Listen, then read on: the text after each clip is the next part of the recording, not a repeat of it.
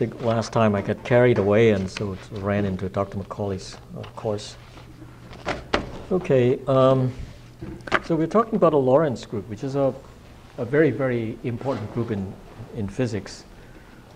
It kind of governs all of special relativistic physics. So we're trying to examine this group in some detail. And it's basically defined as the group which preserves the lengths of vectors in Minkowski space. So as you know, if this is the metric A to mu nu, then the length squared of a vector which has the four components x0, x1, x2, x3 is given by that. And A to mu nu, I think the way we have defined it is this one. It's a 4x4 matrix, like so. So it can be thought of as a time conversion, a time inversion rather.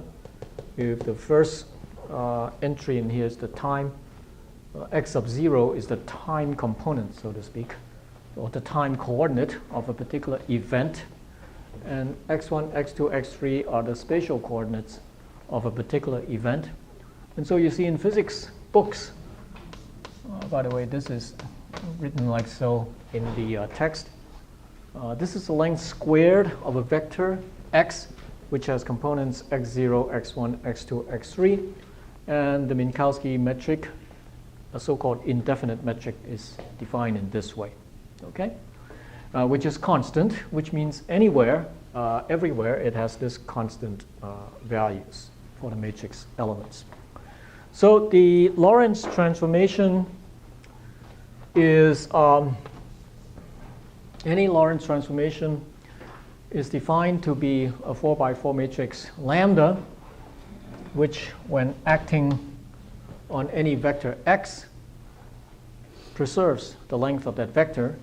So the requirement, of course, is that the length squared of the transformed vector must be equal to the length squared of the untransformed vector, which of course is a generalization of the rotation situation in three-dimensional space. Okay? So, and it's quite obvious to demonstrate that the set of such lambdas form a group because it satisfies all the group axioms, which I'll leave for you to demonstrate in detail as problem 1. Now, let us then try to derive some of the consequences of this requirement in here. And to do that, we write the transformation like so, that x mu is equal to lambda mu nu x nu, when nu is summed over. And so you can picture this equation, x prime in here. So transform coordinates so that it's the same as x prime 0, x prime 1, x prime 2, x prime 3 is equal to x0, x1, x2, x3 times this lambda matrix. And we adopt the convention that the lower index is a row index and the upper index is a column index. So we write this as 0, 1, 0, 0, 0, 1, 0, 2, 0, 3, 1, 0, 1, 1, and so on and so forth. Okay? And you can see that this matrix multiplication is precisely this expression in here written out in using the tensorial notation. Yeah. Why do we multiply the vector on the left? Because we take the convention that this is a row index, this is a column index. All right.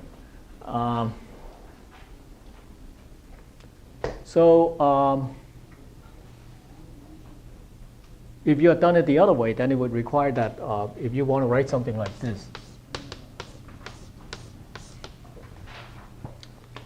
Let me see. Yeah, if you had done it the other way, then then you would have to invert the. Then you would have to invert the, which one to call the row and which one is the. Here you're summing over. If you do it this way, see, you here sum over the row index, right? You sum over the row index. If you write it this way, you would have to be summing over the column index. It's just entirely equivalent, okay? All right. It's just that I chose to write it this way in the because in my earlier in the book, I chose to write the transformations of the vectors themselves. For example, if I have 4 basis vectors, prime, prime, prime, prime, and this is equal to lambda E0, E1, E2, E3. The vectors themselves transform like this, then the components of the vectors transform like this. You can go home and check, okay? You can do it either way, by the way, okay?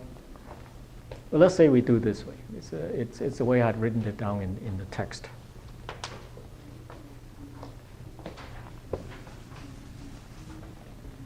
Okay, let's explore some of the consequences of this requirement in here.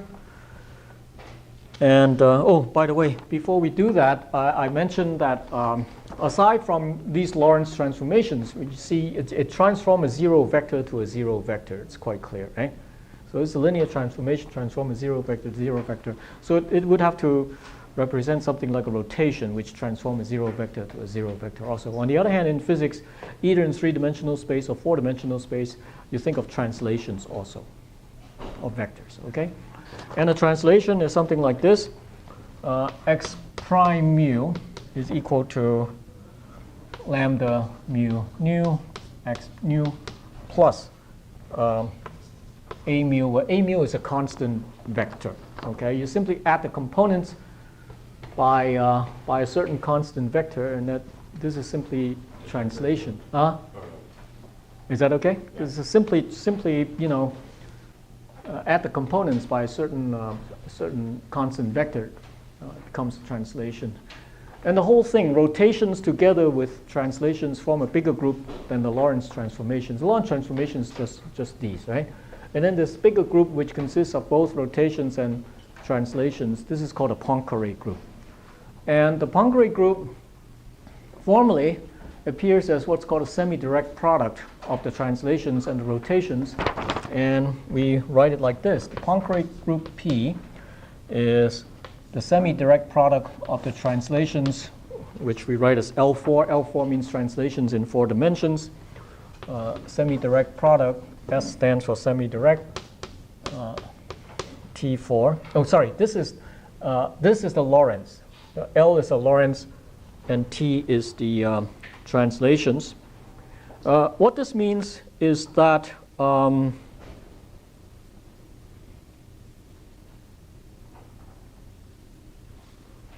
me see.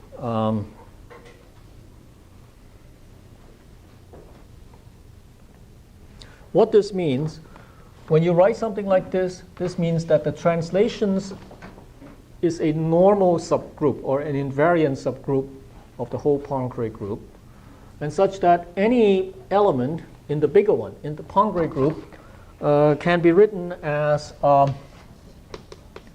uniquely as some product where A is in the translations and B is in the Lorentz, like so. Okay. This is considered as simply as a succession of the operations.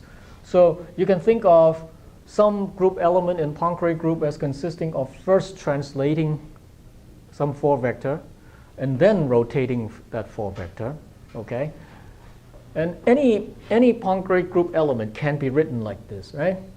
Now, however, it is important to remember that the translations and the rotations do not commute, right? The translations and the rotations do not commute because if you write this as AB,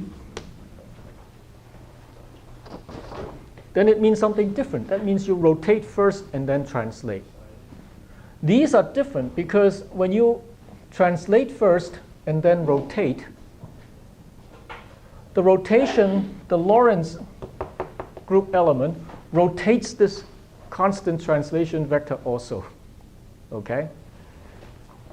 See the B in here, the L4 acts on this thing also. All right? Whereas if you write it like this, the B acts on, you see what, supposing this is X. X is some element in Minkowski space. If you consider this element in here, this means rotating the element X and then translating the element Bx. Okay? Translating the rotated vector. Now if you do something like that, BA acting on X, that means translating the original vector first and then rotating the whole translated vector. And it's different because this constant vector gets Lorentz rotated also, whereas in the first one the constant vector does not get Lorentz rotated. Okay? So it's important to remember that translations and rotations do not commute with each other in this bigger group, Poincare group. Okay? So let's just get this down first, so that in general we have this bigger group called a Poincare group, which is a semi-direct product, and the order of this makes a difference, right? This thing has to be an abelian invariant subgroup because the translations obviously are abelian, but the L is not abelian. Abelian means commutative. It doesn't matter the order of doing this, of doing the different translations, but definitely the rotations have to respect order. All right, so let's then, having mentioned this bigger group, the Poincare group, we immediately just kind of go back to the Lorentz group, okay, which is just this part in here, just the rotations themselves. And now we apply this requirement and see what will be required of these lambda matrices in order for this to be true. Now in the three-dimensional case, you know already that it requires the transformation matrix to be an orthogonal matrix in order for the length to remain invariant. But now, because the length is calculated according to this metric in here, the requirement is going to be different from orthogonality, so that we don't talk about an SO4 group. All right?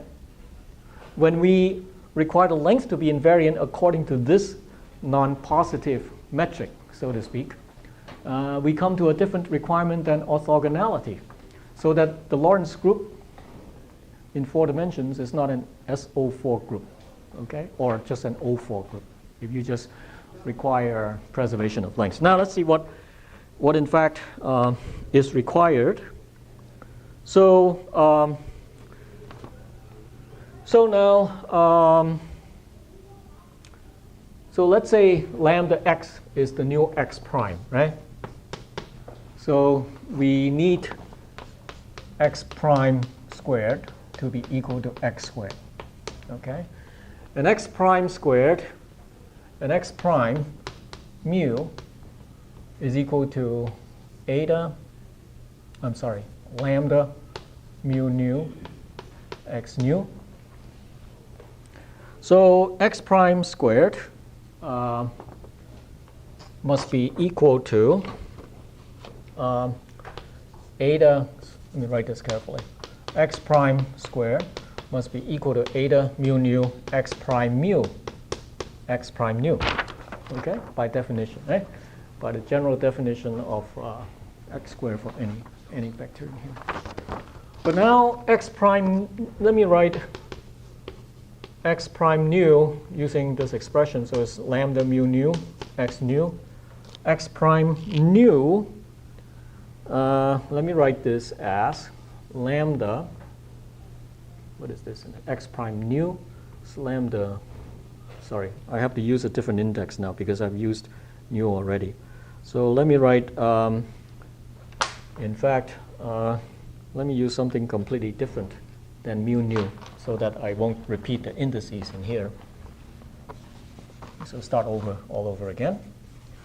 I'm going to write lambda x squared as lambda eta lambda sigma x prime lambda x prime sigma, okay? Because lambda and sigma are just dummy indices, so I can call them anything I want.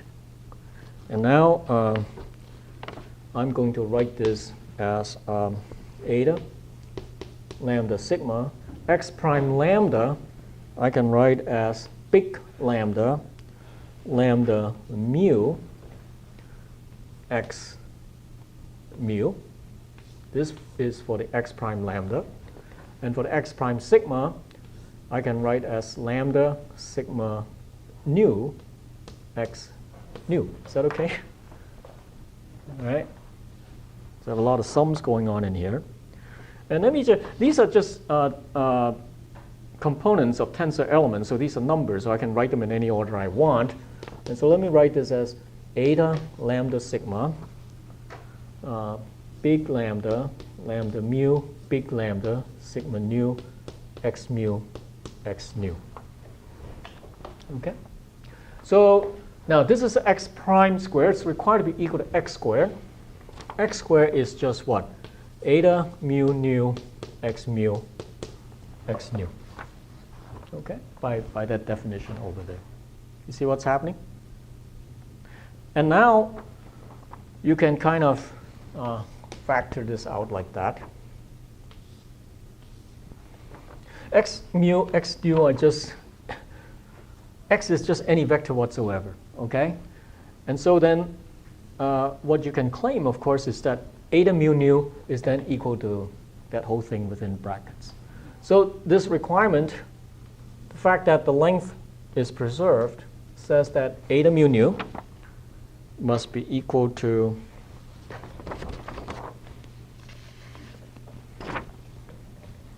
this thing within brackets. Let me write it in a different order like this. I write lambda, big lambda, lambda mu, and then eta lambda sigma, and then big lambda mu sigma, like that. Okay? Everybody okay with that? The left-hand side is just mu nu free indices. The right-hand side, you see there are two sums in here, one over lambda and one over sigma in here, like that. Okay? Now, let me write this a little bit differently now. Lambda, big lambda, lambda mu, eta lambda sigma. And then lambda mu sigma, I'm going to write as lambda transpose of sigma nu, like this. Okay, and now I remember that the sigma, let me write this explicitly including all the summations. This is sum over sigma in here, and sum over lambda, okay? Sum over lambda and sum over sigma, because originally I have two sums, sum over lambda and sum over sigma in here like so, okay? Now can you tell me what this resembles? This is then matrix multiplication of three matrices, right? It says that the mu nuth element of this matrix, this is the mu nuth element of the product of three matrices, big lambda, eta, and lambda transpose, okay? On the left, it's just eta itself. So what this requires is that the matrix eta, written as a matrix equation now, must be equal to the matrix big lambda multiplied by the matrix eta multiplied by the matrix lambda transpose. So this, in fact, this matrix equation, emerges as a consequence of the requirement of the invariance of length under a Lorentz transformation. In other words, any Lorentz transformation, big lambda, must satisfy that requirement. Any Lorentz transformation must satisfy that requirement. Now, there are immediately some consequences coming out of this. Can I erase this now, having accepted the, yeah? That impacts lambda, right? I'm sorry, which one? Right. This is an x, I'm sorry. This one is an x, yes. All this is in the book, so you really don't have to copy it down unless you really want to. So let me clean up some space and just leave this in here, okay? Having accepted the validity of this. So basically, this equation then defines the set of Lorentz transformations big lambda, because the only requirement for a Lorentz transformation is that it preserves the length of any 4 vector with respect to the Minkowski metric eta. Okay?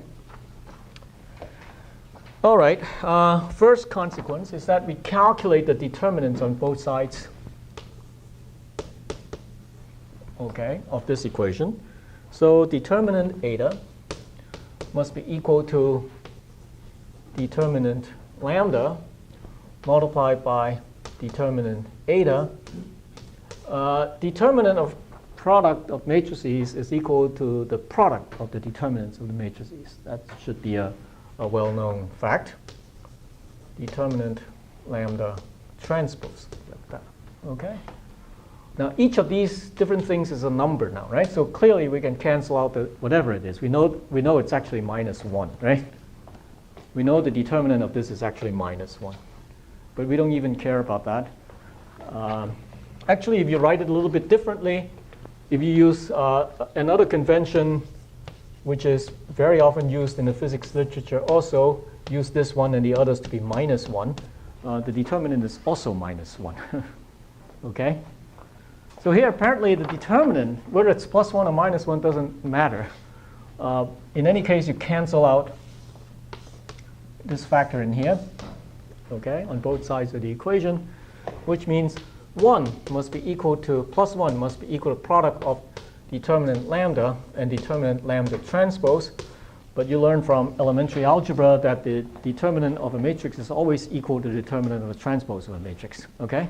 So the right-hand side is just the determinant of lambda squared. Okay? So that, again, you have a similar situation to the orthogonal matrices. Namely, the determinant of the rotation matrix, which in this case is the Lorentz transformation, must be either equal to +1 or -1. Okay? The determinant must be equal to either +1 or -1. So any Lorentz transformation represented by the 4x4 matrix big lambda has to have determinant which is equal to either +1 or -1. This is quite similar to the ON case, right? To the orthogonal groups. But here there's another interesting fact emerging.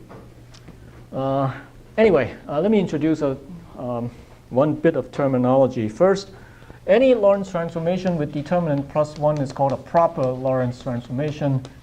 Any determinant with a determinant, any Lorentz transformation lambda with a determinant -1 is called an improper transformation. Again, in pretty much the same way that in the rotations we refer to proper rotations and improper rotations. Improper rotations are those which involve inversions or products of inversions and rotations and so on and so forth. But anyway, mathematically, here's how we classify this. There's another important thing, which important requirement coming from that relationship, which serves to classify different kinds of Lorentz transformations. And that turns out to be related or be determined by one very special element in the Lorentz transformation, and that is this one in here. You see, the time component is different from the spatial components because there's a different signature, so to speak, okay? Whether it's -1 here and 1s in the spatial, or whether it's 1 in the time and -1s, these two dimensions differ in a very important respect. And so you would expect this particular element, its actual value,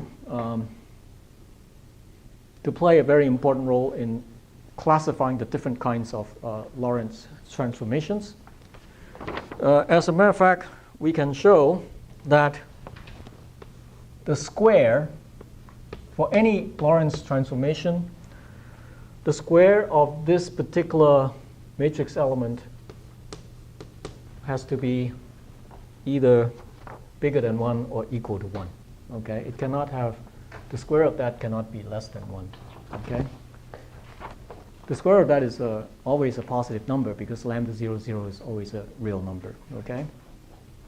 Now let's see why this is true. Well, by the way, what this implies, of course, is that lambda 0, 0 is either bigger than or equal to 1, or lambda 0, 0 is less than or equal to minus 1. Okay? So out of all the, let's say this is a real axis. This is 0, this is plus 1, minus 1. Lambda 0, 0 can just be over here or over here. Lambda 0, 0 can never be any of these values, okay? Can never be anywhere within this open interval between minus 1 and plus 1. And that turns out to be a very important fact in the classification of Lorentz group elements. Now let me show you why it is that this guy is true.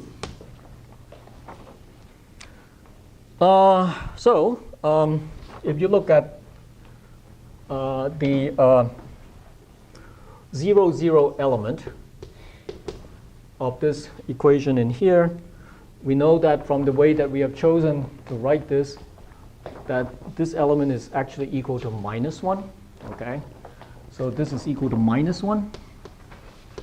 But if you do the 0, 0 element of this matrix multiplication, you will then have lambda 0, big lambda 0, lambda, eta, lambda sigma, and then lambda t,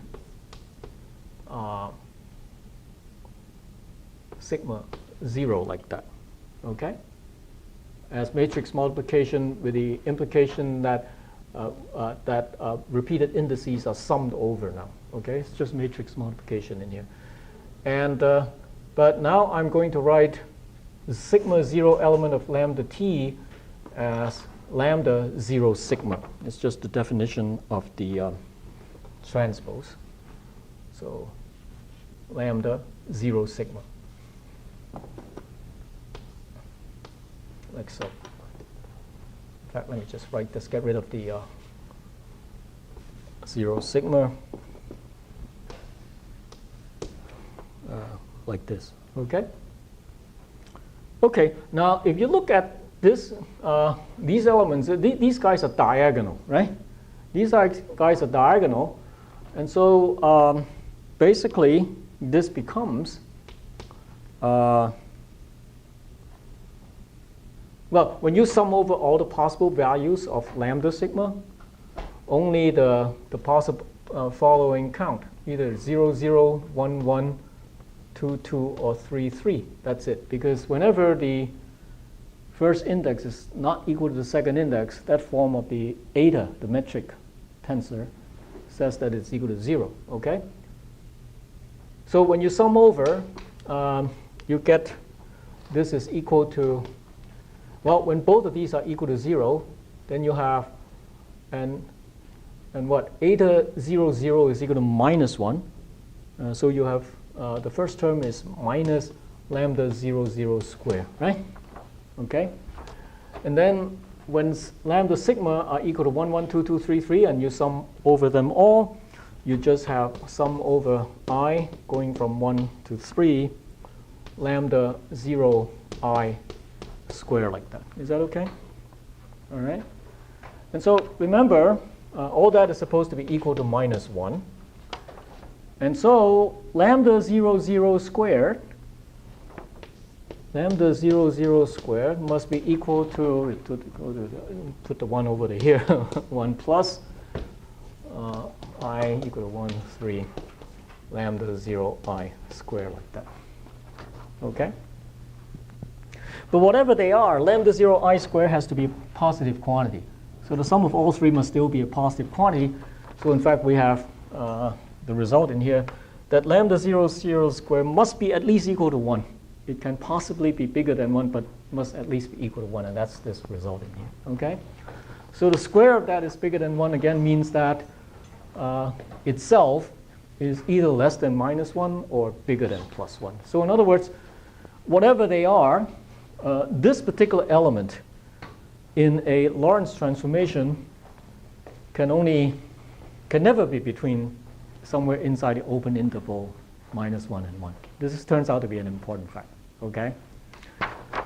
All right. So because of that, then we can kind of separate the whole Lorentz group into 4 different components, so to speak. Depending on whether the determinant is plus or minus 1, and then depending on whether lambda 0, 0 is bigger than positive 1 or less than minus 1, okay?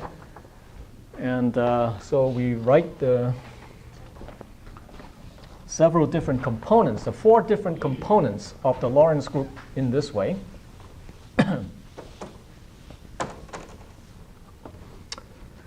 The first one,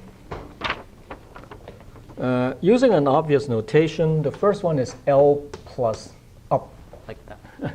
L plus up means that that part of that subset of the Lorentz transformation with the determinant plus 1 and lambda 0, 0 bigger than or equal to plus 1. And then we have L minus up arrow means that that part of the Lorentz group which has determinant equal to minus 1 and lambda 0, 0 bigger than or equal to plus 1. And then obviously we have the 2 others, L minus down and L plus down. So this part means that the determinant is equal to minus 1 and lambda 0, 0 is less than minus 1 or equal to minus 1. And this one is determinant is equal to plus 1 and lambda 0, 0 is less than or equal to minus 1. And so it turns out that all those components are disjoint from each other. Okay. Now there are a couple of now let me just define this first. So this is determinant of lambda equal to plus 1 and lambda 0, 0 bigger than or equal to 1. This one is determinant lambda equal to minus 1, lambda 0, 0 bigger than equal to 1. This one is determinant lambda equal to minus 1, lambda 0, 0 less than or equal to minus 1. This one is determinant lambda equal to plus 1, lambda 0, 0 less than or equal to minus 1, like so. This one is the most important, so to speak, because you can generate the others from this, okay?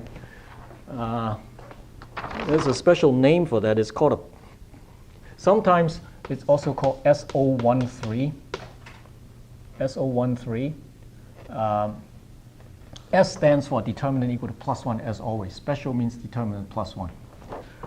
O says that it's kind of like an orthogonal group in the sense of SON because it preserves the length of vectors. This 1,3 distinguishes one component from the other 3. Okay, one of those has a negative signature, so to speak, and all the others has a positive signature. Okay. So in the Minkowski space, the way you measure length is that the time has a different signature from the other 3.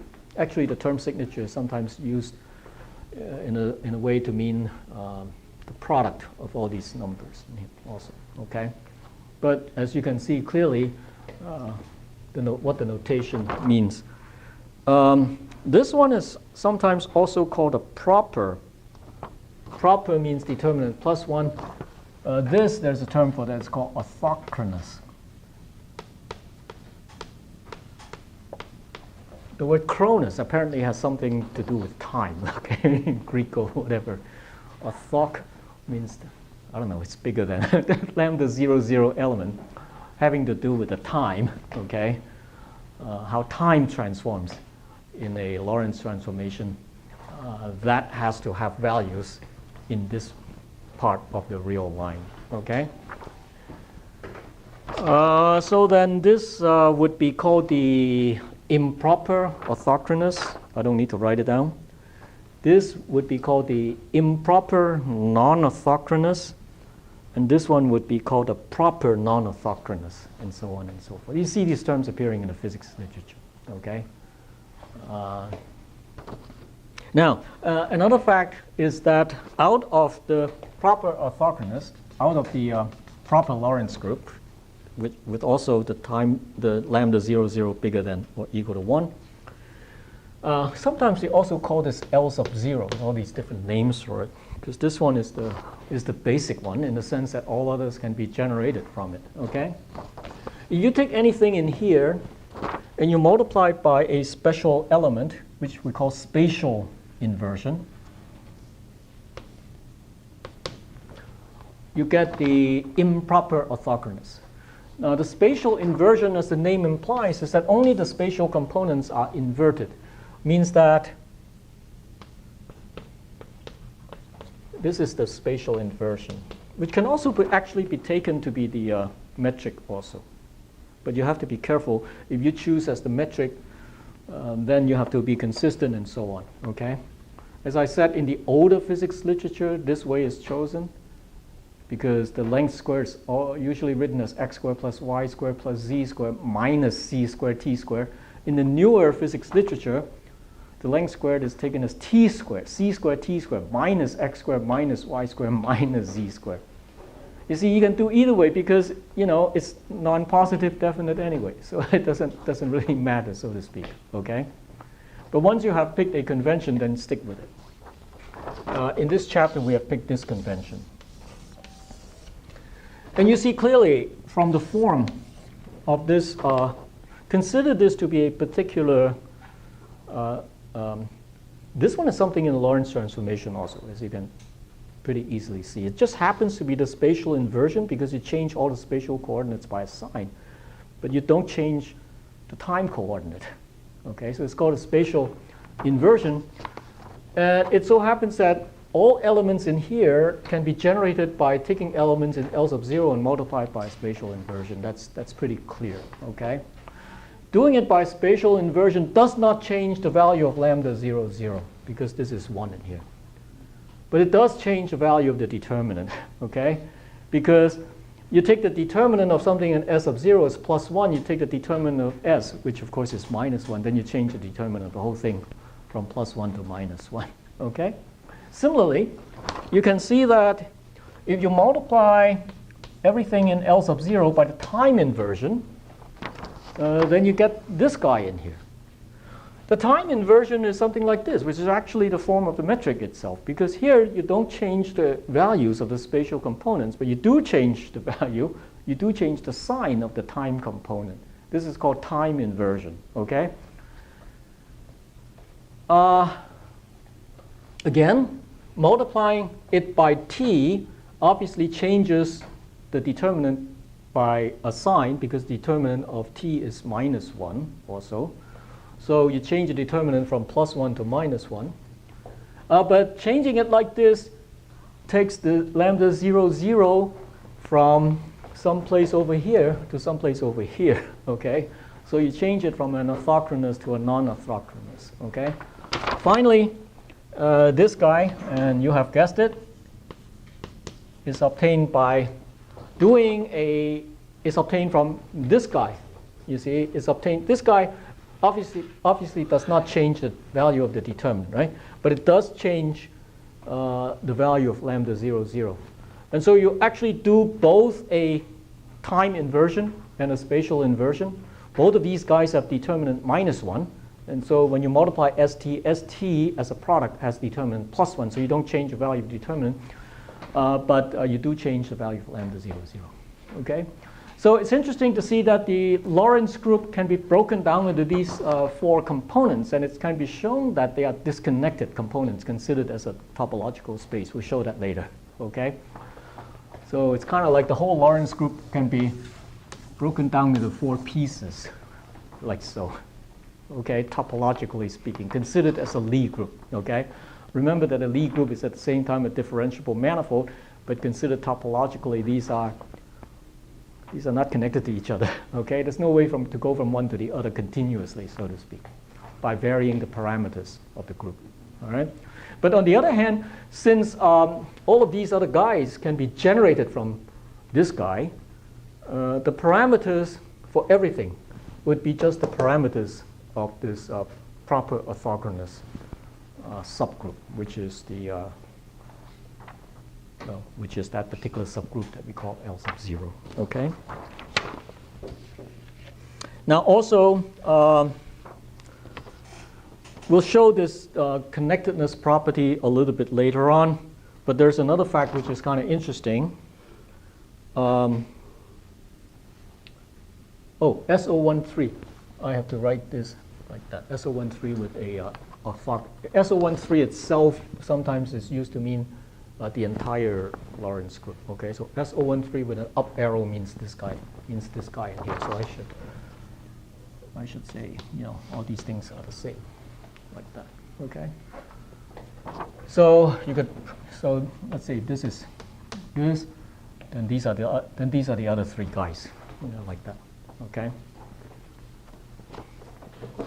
Now you can show, and this is part of an exercise, that obviously this is a subgroup of the entire Lorentz group. Okay.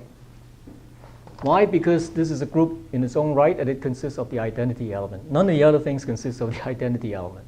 Okay, just like the rotation O3 case. Okay, so this is a subgroup. Not only is it a subgroup, it is an invariant subgroup also. Okay, or normal subgroup, as we have discussed it before within the general group context. So it makes sense to think of the quotient group. Excuse me. What's happening there? So it makes sense to think of the quotient group dividing the whole Lorentz group by this normal subgroup. So this is the whole thing. This is the whole Lorentz group. L4. L4 is just this guy in here. You divide it by this particular normal invariant subgroup. Then you get the whole group kind of partitioned into the cosets. In this case, when the subgroup is a normal subgroup, then the right cosets are exactly the same thing as the left cosets. And the cosets themselves can be thought of as elements in the quotient group. Okay? And in fact, you can show that this is part of the exercise, is that not surprisingly, this thing itself is the identity in this quotient group.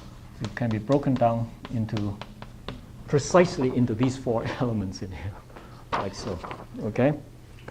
So L up minus L down minus, and then L plus down. The quotient group is precisely these four things. These four things can be considered as a four-element group, with this one being the identity, and you can see how they multiply into each other and so on and so forth. It looks like the dihedral group. It's not dihedral. It's like something else. It's just this quotient group. Dihedral group is the nth hedral group is that when you multiply things, you get back to itself. Yeah, it's maybe not exactly. Okay, not exactly. But this is a fact, and this fact is used to understand the topological properties later on of why the Lorentz group is a disconnected group considered as a topological space. Okay. All right. Now let us now consider more interesting things about the Lorentz group itself. Keeping in mind now, for the time being, that the Lorentz group can be broken down into these four disconnected components.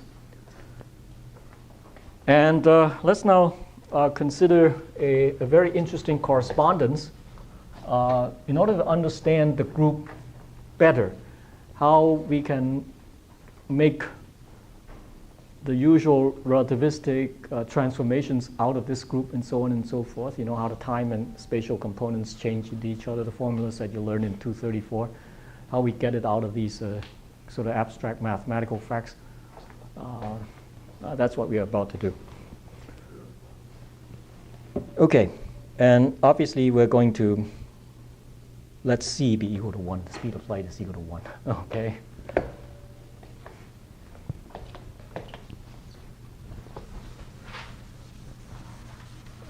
So let me leave this here. Let me go ahead and just leave this here. This other fact that determine lambda is equal to plus 1 or minus 1.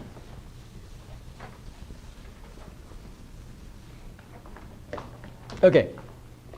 Now, Lorentz group, a lambda matrix, a big lambda matrix, is a 4 by 4 matrix which acts on 4 vectors, okay, whose first component is considered time component, and the other 3 components, the 3 spatial components. Those vectors are vectors in Minkowski space, and we simply write Minkowski space by the letter M. Now I'm going to show you first of all that there is an isomorphism that I'm going to call F between M and the following space. Interesting space. The space of all 2 by 2 Hermitian matrices. Consider that, okay?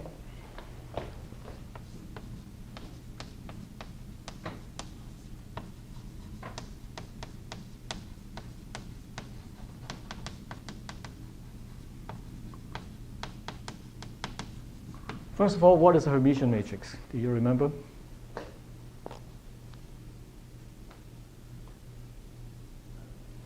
Has a real determinant?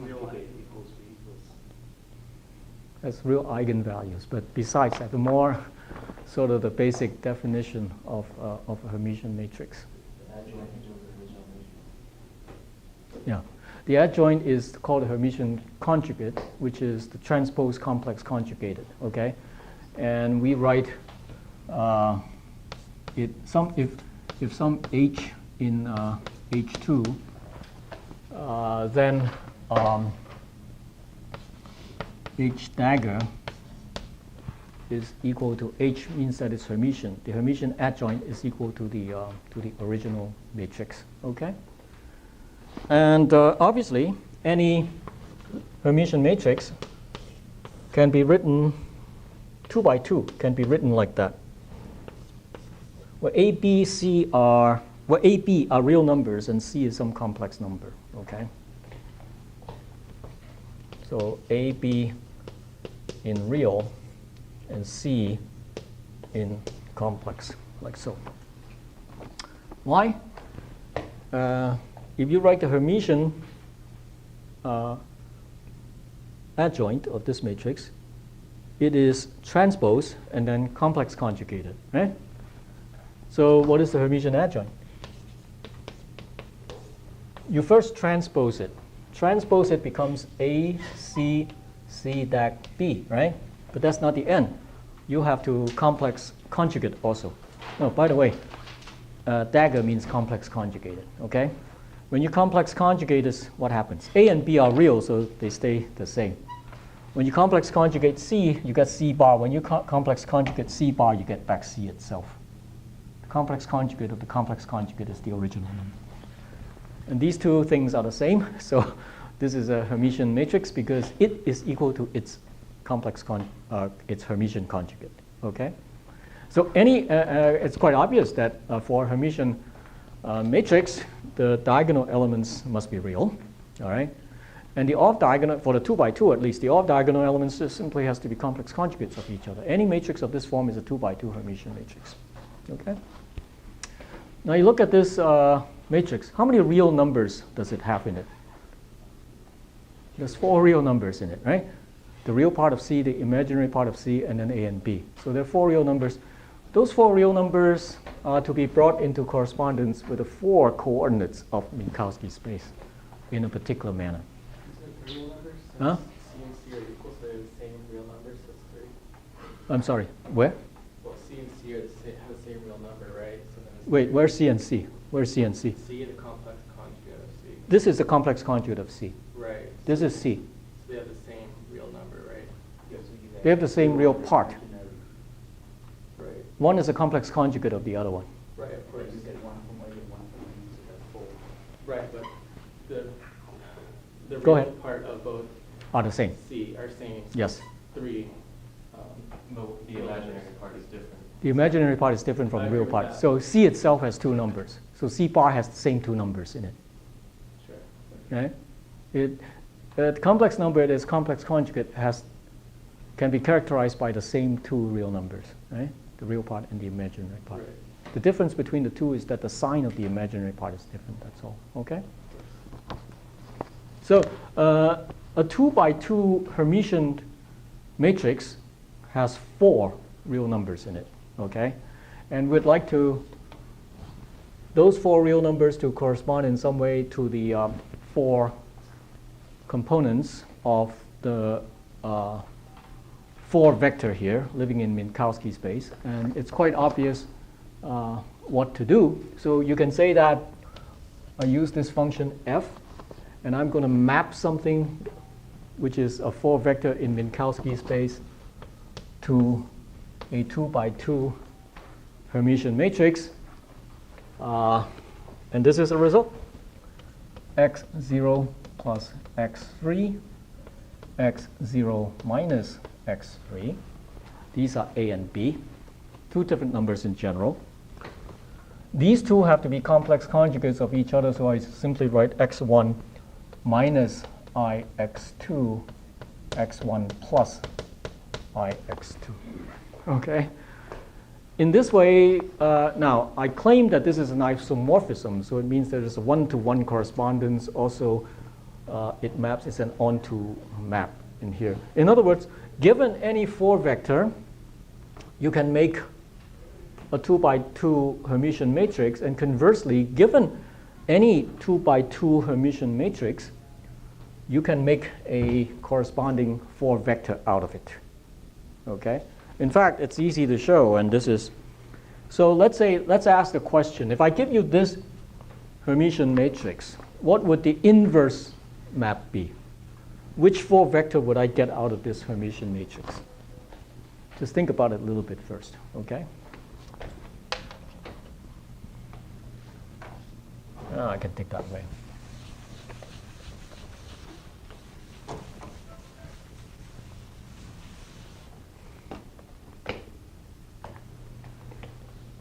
In other words, what is the inverse map? If I give you any 2 by 2 Hermitian matrix, which 4 vector living in Minkowski space would I get out of it? And you're supposed to prove this. The first component of the 4 vector that I get out of this matrix is 1/2 the trace, let's say h in h2. I claim that the time component is 1/2 the trace of this, okay? And the first component is 1/2 of c plus its complex conjugate. Oh, this should be quite clear. The second component is 1/2i times c minus its complex conjugate.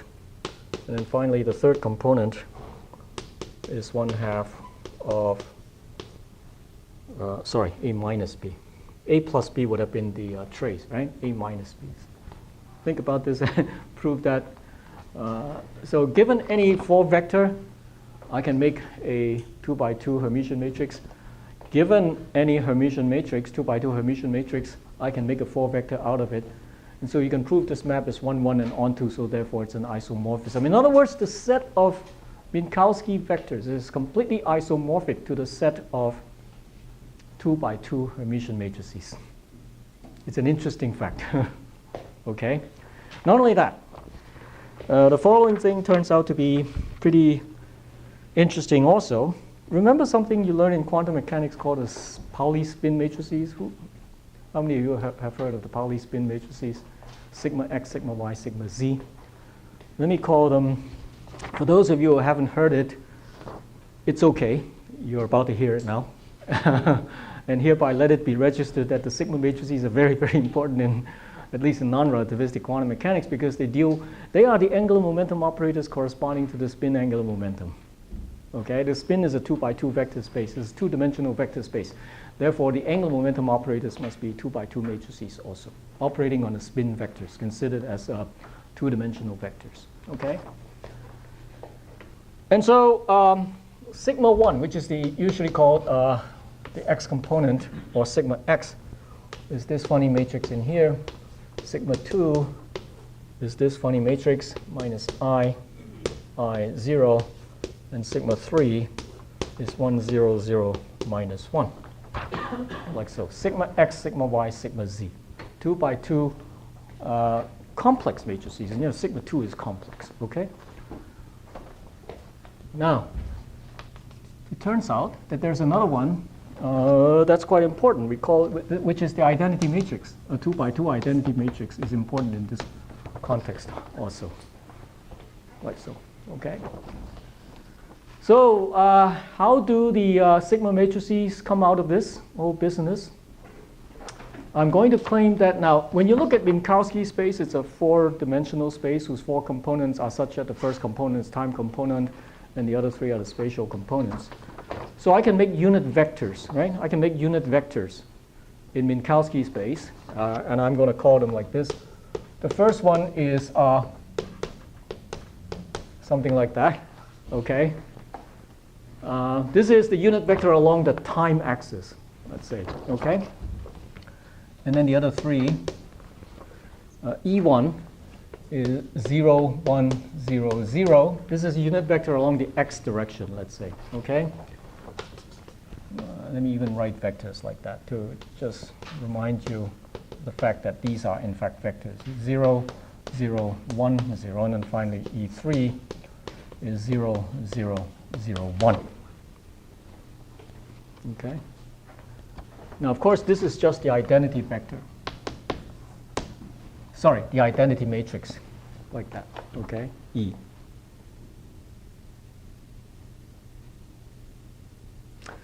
I'm going to ask you to use this map. I'm going to ask you to use this map to map these 4 vectors onto the space of 2 by 2 Hermitian matrices.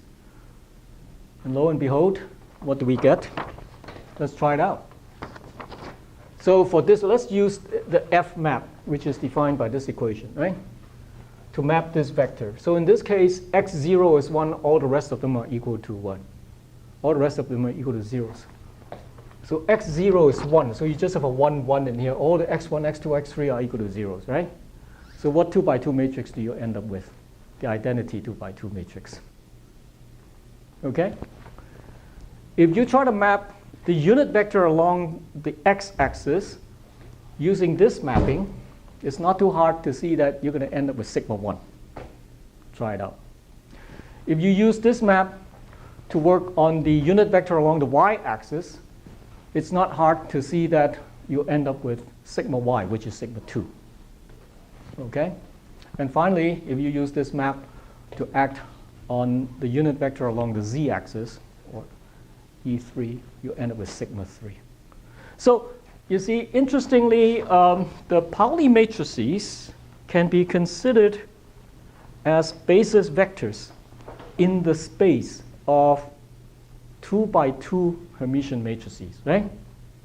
Just as these 4 can be considered basis vectors in the 4-dimensional Minkowski space. And considered as vector spaces, these 2 things have to have the same dimension, right? It's a real vector space. Minkowski space is certainly a real vector space. And the any vector in the space of 2 by 2 Hermitian matrices can then be written as xi sigma I summed over I, right? Where I goes from 0 to 1 to 2 to 3. And the 4 components xi that enters in there are precisely the 4 components of the Minkowski space vector. Now this fact is very, very important, as well as, of course, very, very interesting. That is how sort of relativity gets mixed up with quantum mechanics, in a manner of speaking, already in non-relativistic quantum mechanics, because you see that there's this relationship between the sigma matrices, the spin matrices, which are very important in talking about spin angular momentum in quantum mechanics. This special relationship between those and the Minkowski vectors, and the 4 vectors in Minkowski space. Let's stop at this point. Okay? We should just